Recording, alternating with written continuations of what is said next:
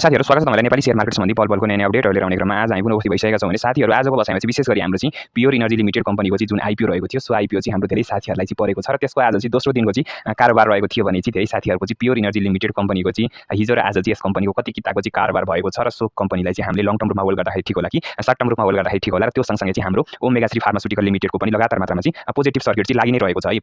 Pure एनर्जीको त आजमा 2 दिन भयो भने तपाईको ओमेगा 3 को चाहिँ करिब 18 वटा चाहिँ लगातार मात्रामा चाहिँ सर्किट लागिरहेको छ। यो अवस्थामा चाहिँ यो कम्पनीको चाहिँ अझै मूल्य पुग्न सक्ने सम्भावना कति रहेको छ सोको बारेमा चाहिँ भिडियोमा आज हामी परिचर्चा गर्ने नै छौं। कृपया भिडियो अन्तिम समयसम्म हेरेर साथ दिनु होला र हाम्रो च्यानलमा नयाँ हुनुहुन्छ भने हाम्रो च्यानललाई सब्स्क्राइब गर्नुहोस् जसले गर्दा नेपाली शेयर मार्केट सम्बन्धी सम्पूर्ण नयाँ आईपीओ र आईशेयरको तपाईले सजिलैसँग चाहिँ अपडेट पाउन सक्नुहुनेछ। साथीहरु अब हामी कुरा गरौँ सुरुमा प्योर एनर्जी लिमिटेड कम्पनीको बारेमा। प्योर एनर्जी लिमिटेड कम्पनीले चाहिँ हिजो यो चाहिँ हाम्रो मार्केटमा आएको थियो भने हिजो नि यसले पोजिटिभ सर्किट हानेको थियो र पोजिटिभ सर्किट हानेपछि आज दोस्रो दिन पनि यो कम्पनीले चाहिँ पोजिटिभ सर्किट हानेको छ र यो कम्पनीसँगै लगानीकर्ताहरुमा चाहिँ स्वाभाविक रूपमा लामो समयको जुन प्रतीक्षा रहेको थियो सो प्रतीक्षामा उहाँको घडी पनि समाप्त भइसकेको छ।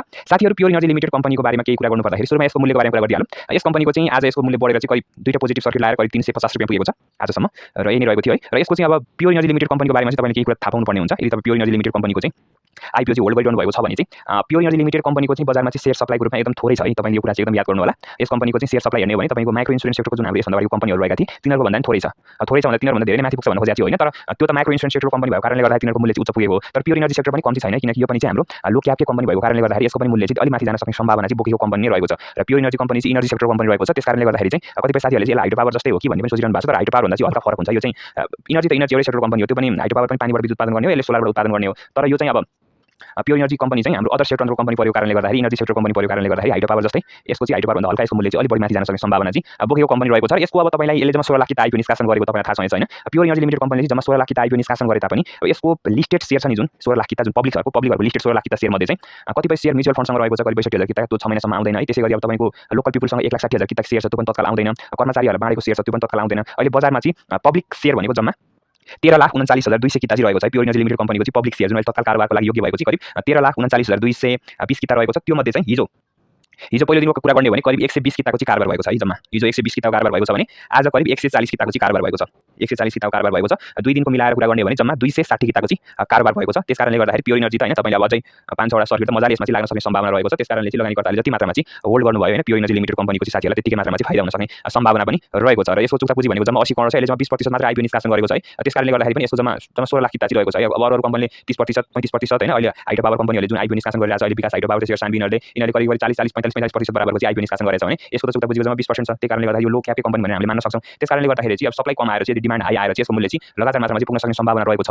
जहाँसम्म लाग्छ हैन यसको 800 रुपैयाँ देखि 1500 सम्म चाहिँ प्रति किता चाहिँ पुग्न सक्ने चान्स चाहिँ रहेको छ। अब त्यो सबै पुग्न सक्छ भनेर डाइरेक्ट पुग्छ भन्ने चाहिँ हुँदैन। तर त्यो लगानी बजारको माहौल अनुसार हैन लगानीकर्ताले कुन किसिमले होल्ड गर्नुहुन्छ त्यसैगरी ठूला लगानीकर्ताले चाहिँ कम्पनीलाई कुन रूपमा चाहिँ उनीहरुले खरिद गर्छन् यसको शेयर त्यो अनुसार चाहिँ यसको मूल्यमा पनि फरक पर्न सक्ने सम्भावना हुनेछ। तर जहाँसम्म प्योर एनर्जी लिमिटेड कम्पनीको मूल्य जति माथि पुग्यो त्यति नै हाम्रो लागि त खुसीको कुरा हो हैन। साथीहरु तपाईले यो कम्पनीको चाहिँ हैन आईपीओ परेको छ भने चाहिँ यसको मूल्य चाहिँ कतिसम्म पुग्न सक्ला हैन अवश्य मात्रामा चाहिँ कमेन्ट गर्नु होला। साथीहरु अब हामी कुरा गरौँ ओमेगा 3 फार्मास्युटिकल लिमिटेड कम्पनीको बारेमा। ओमेगा 3 फार्मास्युटिकल लिमिटेडले चाहिँ लगातार मात्रामा चाहिँ पोजिटिभ सर्किट हानि नै रहेको छ है। र यो विशेष गरी चाहिँ म्यानुफ्याक्चर एन्ड प्रोसेसिङ सेक्टर अन्तर्गत कम्पनी रहेको छ भने यस कम्पनीले पनि आफ्नो करिब 60 गणको 30% ले हुन आउने करिब 18 लाख किता चाहिँ पब्लिक शेयर रहेको थियो। पब्लिक शेयर 18 लाख किता भए तापनि म्युचुअल फन्डको र त्यसैगरी कम्पनीको कर्मचारीहरुको लागि चाहिँ छुटाएर बाँकी अहिले जुन धितोपत्र बोर्डमा पब्लिकको लिस्टेड शेयर भनेको जम्मा 16,56,000 किता चाहिँ पब्लिकको चाहिँ ट्रेड गर्न मिल्ने खाली शेयर चाहिँ रहेको छ। 16,56,000 किता है। 16,56,000 किता मध्ये चाहिँ आज 18 दिनसम्म आइपुग्दाखेरि चाहिँ सबैभन्दा धेरै किताको कारोबार चाहिँ आजै भएको छ है। ओमेगा 3 फार्मास्युटिकलको चाहिँ आज करिब 4169 किताको चाहिँ कारोबार भएको छ। जबकि हिजो 17औं दिन जम्मा 1180 किताको कारोबार भएको थियो भने आज करिब 4169 किताको कारोबार भएको छ है। र यो कम्पनीको चाहिँ तपाईको चाहिँ यसको मूल्य चाहिँ आज बढेर 10% को सर्किट लागेर करिब 1479.5 भने करिब 1500 को आसपासमा चाहिँ पुगेको छ। 1500 को लागि 50 पैसा कम चाहिँ ओमेगा 3 फार्मास्युटिकल लिमिटेडको पुगेको छ हैन। र सम्पूर्ण लगानीकर्ताहरूले जो ओमेगा 3 फार्मास्युटिकल लिमिटेड चाहिँ होल्ड गरिरहनु भएको छ उहाँहरु सबैजनालाई चाहिँ बधाई रहेको छ है किनकि यसले चाहिँ करिब 1500 को चाहिँ आसपासमा पुगेको छ भने 50 पैसा कम भनेको 1500 मान्न सक्नुहुनेछ। अब यो सँगसँगै चाहिँ यो कम्पनीको चाहिँ अब अझै कति मूल्य पुग्न सक्ला भनेर धेरै साथीहरुले चाहिँ कुरा गरिरहनु भएको थियो है। यो कम्पनीको अब अहिलेसम्मको किता हेर्ने भने चाहिँ आज 4000 सबैभन्दा बढी किताको कारोबार भएको देखिन्छ। तर पनि हैन अब त्यस्तो धेरै मात्रामा चाहिँ लगानीकर्ताहरूले चाहिँ सेल गरिरहेको अवस्था चाहिँ नरहेको कारणले गर्दाखेरि चाहिँ तपाईले चाहिँ त्यस्तो आत्तिनु पर्ने अवस्था चाहिँ रहेको छैन। तर तपाईले चाहिँ अब यसलाई चाहिँ मार्केटलाई चाहिँ बिस्तारै चाहिँ वाच गरिरहनु पर्ने अवस्था चाहिँ रहेको छ। जब शेयरहरु चाहिँ एकदम हाईमा पुग्न थाल्छन् त्यसपछि चाहिँ कुन बेला के हुन्छ भन्ने कुरा भन्न सकिन्न। तर पनि अहिले तत्काल चाहिँ आत्तिनु पर्ने अवस्था छैन। अब 1-2 वटा सर्किट पछि चाहिँ तपाईले मार्केटलाई चाहिँ हेरि नै रहनु होला हैन। 1-2 वटा सर्किट चाहिँ यसमा लाग्न सक्ने सम्भावना चाहिँ रहेको छ। लगानीकर्ताले यदि स्ट्रङसँग चाहिँ होल्ड गरेको खण्डमा अब भोलि त मार्केट बन्द नै रहेको छ किनकि भोलि त अब गणतन्त्र दिवस रहेको छ। पर्सिको दिन चाहिँ के हुन्छ भन्ने कुरा चाहिँ पछि त शुक्रबार हो के आउने आइतबार चाहिँ यो कम्पनीको चाहिँ अब के हुन्छ भन्ने कुरो चाहिँ हामीले हेर्न बाँकी छ। आइतबार चाहिँ यस कम्पनीमा पोजिटिभ सर्किट लाग्न सक्ने चान्स एकदम हाई नै रहेको छ है, किनकि यो कम्पनी चाहिँ लो क्यापकै कम्पनी रहेको छ, त्यति धेरै रहेको छैन। अब यसको आर्थिक सूचकाङ्कहरू पनि ठिकठाकै रहेको छ है, त्यसकारणले गर्दा लगानीकर्ताहरूले पनि अहिले स्ट्रङली होल्डै गरेको छ। अहिलेसम्म जम्मा टोटल 18 दिनमा भनेको जम्मा 12,757 किता कारोबार भएको छ अहिलेसम्म। ओमेगा सी फार्मास्युटिकल लिमिटेडको जम्मा 12,569 किता कारोबार भएको छ भनेपछि त तपाईँको 1% पनि यो कम्पनीको चाहिँ किता कारोबार भएको छैन। त्यसकारणले गर्दाखेरि तपाईँले चाहिँ यसमा चाहिँ आत्तिनुपर्ने डराउनु पर्ने स्थिति छैन। तर पनि चाहिँ अब यसमा चाहिँ आइतबारदेखि तपाईँको पोजिटिभ सर्किट एक दुईवटा पोजिटिभ सर्किट हानेपछि चाहिँ तपाईँले चाहिँ मार्केटलाई चाहिँ बिस्तारै डेली रूपमा चाहिँ वाच गरिरहनु पर्ने चाहिँ अवस्था चाहिँ रहेको छ है। त्यसकारणले गर्दाखेरि ओमेगा सी फार्मास्युटिकल लिमिटेड कम्पनीको चाहिँ जो साथीहरूले चाहिँ यो कम्पनीको चाहिँ आइपिओ होल्ड गरिरहनु भएको छ, तपाईँले कति किता आइपिओ होल्ड गरिरहनु भएको छ, अझ यसलाई चाहिँ स्ट्रङली चाहिँ होल्ड गर्नु होला हैन। जति होल्ड गरे त्यति नै यसको मूल्य चाहिँ माथि पुग्न सक्ने चान्स चाहिँ धेरै नै हुन्छ।